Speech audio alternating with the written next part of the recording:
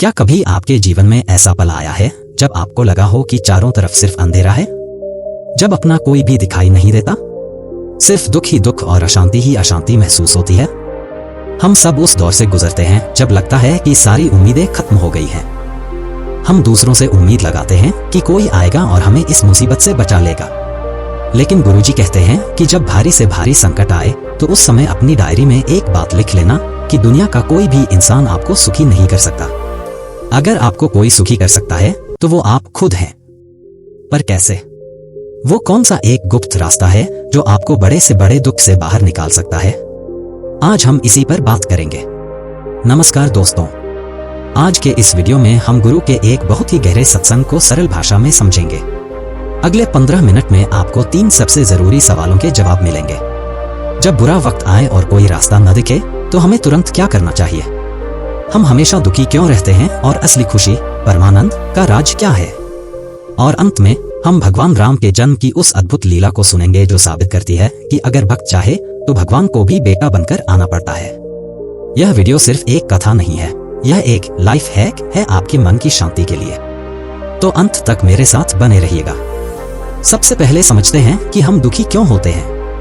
महाराज जी समझाते हैं कि यह दुनिया एक सपने जैसी है, एक जादू के खेल इंद्रजाल जैसी है।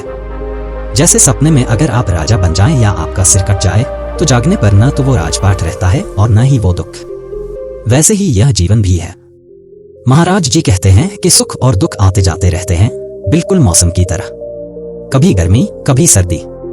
भगवान कृष्ण गीता में अर्जुन से कहते हैं, हे भारत, ये सुख दुख आने जाने वाले हैं, इन्हें सहन करो। हम गलती क्या करते हैं? हम सोचते हैं कि अगर मेरी ये प्रॉब्लम सॉल्व हो जाए तो मैं खुश हो जाऊंगा, लेकिन यह भ्रम है। महाराज जी कहते हैं कि अगर आप भजन, ईश्वर का नाम नहीं करते तो आप दिमाग में लिख लीजिए, आपको कोई सुखी नहीं कर सकता। बाहर की दुनिया में सुख ढूंढना बंद कीजिए। यह मान सम्मान, धन दौलत, ये सब सिर्फ शीतलता और उष्णता, गर्मी सर्दी की तरह है जो बदलती रहेगी। तो फिर उपाय क्या है? जब चारों तरफ अंधेरा हो तो रोशनी कहां से मिलेगी? महाराज जी एक बहुत बड़ी बात कहते हैं, भारी से भारी संकट की निवृत्ति के लिए एकमात्र उपाय है भगवान का आश्रय और उनके नाम का जप। लोग क्या क्या नहीं करते। कोई जादू टोना करता है, कोई मन्नत मांगता है, कोई ताबीज बांधता है। लेकिन महाराज जी कहते हैं, बिनु हरि भजन भवतरी। यह सिद्धांत अपेल साइट_स्टार्ट, यानी बिना भगवान के भजन के कोई भी इस दुख के सागर को पार नहीं कर सकता। जब आप मुसीबत में हो तो दुनिया की तरफ मुंह करके रोने के बजाय भगवान की तरफ घूम जाइए, उनसे सन्मुख हो जाइए। बस प्रेम से बोलिए, श्यामा श्याम, राधा राधा या राधा वल्लभ। यह नाम ही वो आधार है जो कलयुग के सारे मल, गंदगी और पापों को धो सकता है। जब आप नाम जपते हैं तो आप अकेले नहीं रहते, आप भगवान की गोद में होते हैं। अब आप पूछेंगे कि क्या सिर्फ नाम लेने से सच में सब ठीक हो जाता है? इसका सबूत हमें भगवान राम के जन्म की कथा में मिलता है, जिसका वर्णन महाराज जी ने बहुत सुंदर ढंग से किया है। सोचिए, राजा दशरथ, जिनके पास सब कुछ था लेकिन एक दुख था, संतान नहीं थी। लेकिन जब गुरु वशिष्ठ और ऋषियों के मार्गदर्शन में यज्ञ हुआ और जब भक्ति सच्ची हुई तो क्या हुआ?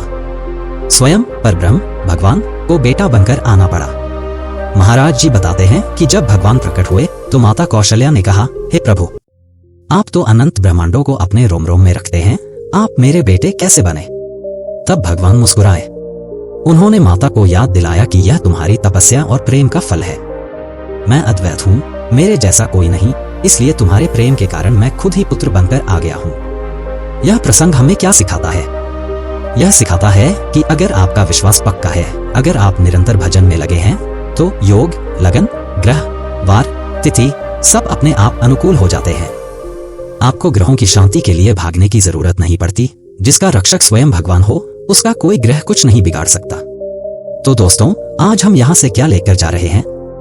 यही कि दुख और संकट जीवन का हिस्सा हैं, ये आएंगे। लेकिन अगर आपके पास नाम जप की ढाल है तो ये दुख आपको तोड़ नहीं पाएंगे। महाराज जी की यह बात आज ही अपनी डायरी में नोट कर लीजिए, बिना भजन के मुझे कोई सुखी नहीं कर सकता। साइट_स्टार्ट, और अगर मैं भगवान के आश्रय में हूँ तो मुझे किसी से डरने की जरूरत नहीं। अगर आज आप किसी बुरे वक्त से गुजर रहे हैं तो घबराइए मत। बस हरि नाम का सहारा लीजिए और देखिए कैसे वो अंधेरा छंटने लगता है। अगर इस वीडियो ने आपको थोड़ी भी शांति दी हो तो कमेंट में एक बार प्रेम से गुरुजी या अपने इष्ट का नाम जरूर लिखिएगा। ऐसी ही और आध्यात्मिक कहानियों के लिए चैनल को सब्सक्राइब करें। मिलते हैं अगले वीडियो में। जय श्री राम।